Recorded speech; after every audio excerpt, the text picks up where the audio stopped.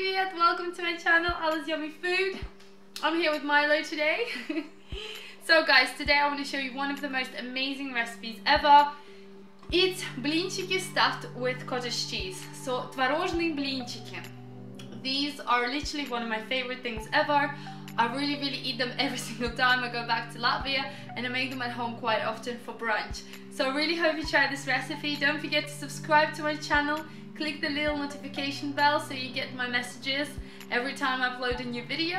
Now let's get started. Now let's make the blini. In a bowl, add your eggs and then sugar and salt. Then you want to whisk this on high speed until your mixture doubles. Then you want to add milk and sift your flour straight in there, and then using a whisk mix it all again. Then add your oil and mix everything one more time and your mixture is ready to go. Make sure your pan is nice and hot, and you want to add your first ladle on top and then swirl it around and cook it for a few minutes on each side. Your first pancake might not be good, but just keep going and then you will have a stack of delicious blинčiki. Guys and girls, I have my recipe on my website at AllasYummyFood.com. You'll find full ingredients and also directions on how to make this. And also you'll be able to find loads of other recipes that I do for my channel. Just click on the picture and you'll be able to see the whole video with the directions and the full recipe in English and Russian languages. In a bowl, add your dry cottage cheese or farmer's cheese, then add sour cream and sugar, and you want to mix everything together. You need to make sure that you use dry cottage cheese as it's not going to work with wet cottage cheese.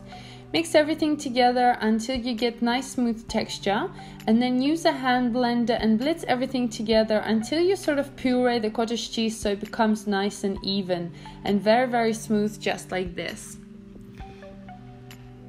Then add freshly squeezed lemon juice and lemon zest. This is completely optional, you can keep it just plain.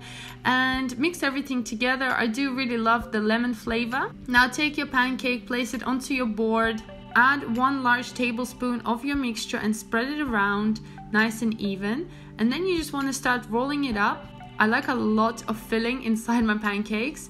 So start rolling it up from the sides and the middle until you sort of come together to a cute pancake.